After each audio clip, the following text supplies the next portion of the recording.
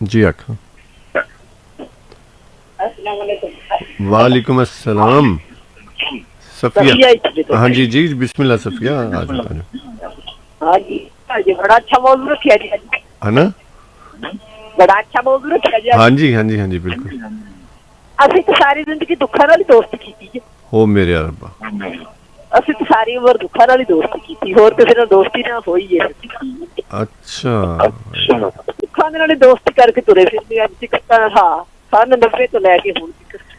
सन 90 तो लैके 35 साल हो गए ने। ਹਾਂਜੀ, ਤੇ ਉਸ ਤੋਂ ਪਹਿਲੇ ਠੀਕ ਸੀ ਕੰਮ। ਬਸ ਪਹਿਲੇ ਵੀ ਹੈਗੀ ਸੀ ਕਿ ਦੁੱਖਾਂ ਦੇ ਵਿੱਚ ਨਿਭੀ, ਫਿਰ ਅਖੀਰ ਅਲੱਗੀ ਹੋ ਗਈ। ਫਿਰ ਸਾਰਾ ਲੋ ਜਿਵੇਂ ਆਖੋ ਸਾਰੀ ਜ਼ਿੰਦਗੀ ਦੁੱਖ ਹੀ ਦੁੱਖ ਲੈ ਕੇ ਤੁਰੇ ਫਿਰਦੇ, ਸਾਡੀ ਦੁੱਖਾਂ ਨਾਲ ਹੀ ਦੋਸਤੀ ਚੱਲ ਰਹੀ ਸਾਰੀ ਉਮਰ। ਬਸ ਉਸ ਤੋਂ ਪਹਿਲੇ ਵੀ ਜਿਹੜੇ 2-4 ਸਾਲ ਨੇ ਜਾਂ 10 ਸਾਲ ਨੇ ਸ਼ਾਮਲ ਕਰ ਲਓ ਇਹਦੇ ਚ। ਉਹ ਸ਼ਾਮਲ ਕੀਤੇ ਪਰ ਉਹ ਵੀ ਰੋਣੇ ਪਿੱਟਣੇ ਦੇ ਵਿੱਚ ਨੰਗੇ ਸੀ। ਜਿੱਥੇ ਹੋਈ ਸੀ ਨਾ ਸ਼ਾਦੀ ਮੇਰੀ, ਜਦੋਂ ਮੈਂ ਗਈ ਸੀ ਮੇਰੇ ਜਾਣ ਤੋਂ ਪਹਿਲੇ ਉਹਨੇ ਕੋ ਪਿੱਛੇ ਲਾਈ ਸੀ। ਉਹ ਮੇਰੇ ਰੱਬਾ। ਅੱਛਾ ਬਸ ਉਹ ਕੋਈ ਰੋਣੇ ਪਿੱਟਣੇ ਦੇ ਵਿੱਚ 5-6 ਸਾਲ ਮੇਰੇ ਉੱਥੇ ਗੁਜ਼ਾਰਾ ਹੋਇਆ। ਬੱਚੇ 2 ਸੀ, ਬੇਟੀ ਬੇਟਾ, ਉਹਨਾਂ ਨੇ ਫਿਰ ਖੋਰੇ ਡਿਵੋਰਸ ਦੇ ਦਿੱਤਾ ਮੈਨੂੰ, ਸ਼ਾਦੀ ਉਹਦੇ ਨਾਲ ਹੋ ਗਈ। ਹਾਂ ਹਾਂ। ਬਸ ਅਸੀਂ ਸਾਰੀ ਉਮਰ ਜਿਵੇਂ ਕਹਿ ਲਓ ਕਿ ਤਨਹਾਈ ਦੇ ਨਾਲ ਹੀ ਯਾਰੀ ਲਾਈ ਹੈ, ਤੇ ਤਨਹਾਈ ਨੂੰ ਹੀ ਅੱਜ ਤੱਕ ਰਸੀਨੇ ਲਾ ਕੇ ਤੁਰੇ ਫਿਰਨੀ ਅਸੀਂ। ਤੇ ਸਾਨੂੰ ਤੇ ਹੋਰ ਦੋਸਤੀ ਦਾ ਪਤਾ ਹੀ ਨਹੀਂ ਚੱਲਿਆ ਕਿ ਦੋਸਤੀ ਹੁੰਦੀ ਕਿਹੜੇ ਤਰੀਕੇ ਦੀ। ਇਹ ਕਿਤੇ ਤੁਹਾਡੇ ਵਾਸਤੇ ਤਾਂ ਨਹੀਂ ਗਿਆ ਕਿ ਰੁੱਲ ਤੇ ਗਏ ਆ ਪਰ ਚੱਸ ਬੜੀ ਆਈ ਹੈ। ਰੁੱਲ ਤੇ ਗਏ ਆ ਪਰ ਚੱਸ ਬੜੀ ਹੈ ਇਹ ਸਾਡੇ ਤੇ। ਅੱਛਾ ਅੱਛਾ, ਇਹ ਤੁਹਾਡੇ ਤੇ ਸਾਨੂੰ ਦੁੱਖਾਂ ਨਾਲ ਹੀ ਦੋਸਤੀ ਕਰਨ ਦੀ ਬੜੀ ਚੱਸ ਆਈ।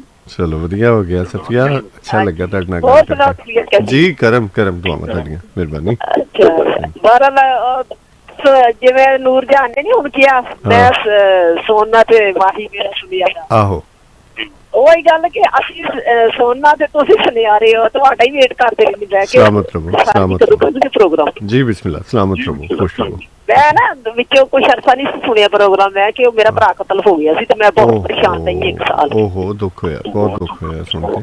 ਹਾਂਜੀ, ਭਰਾ ਨੇ ਛੋਟੇ ਨੇ ਕਤਲ ਕਰ ਦਿੱਤਾ ਸੀ। ਓਹੋ ਤੇ ਉਹ ਫਿਰ ਮੈਂ ਕਾਫੀ ਅਰਸਾ ਬਸ ਜਿਵੇਂ ਕਹਿ ਲਓ ਕਿ ਕਿਸੇ ਚੀਜ਼ ਦੀ ਹੋਸ਼ ਨਹੀਂ ਆਈ ਆ। ਹੁਣ ਥੋੜਾ ਚਿਰ ਹੀ ਹੋਇਆ ਮੈਨੂੰ ਪ੍ਰੋਗਰਾਮ ਸੁਣਨ ਦੀ, ਫਿਰ ਵਿੱਚੋਂ ਤੁਹਾਡੇ ਹੁੰਦੇ ਕੋਈ ਪ੍ਰੋਗਰਾਮ ਨਹੀਂ ਸੀ ਹੋ ਰਿਹਾ।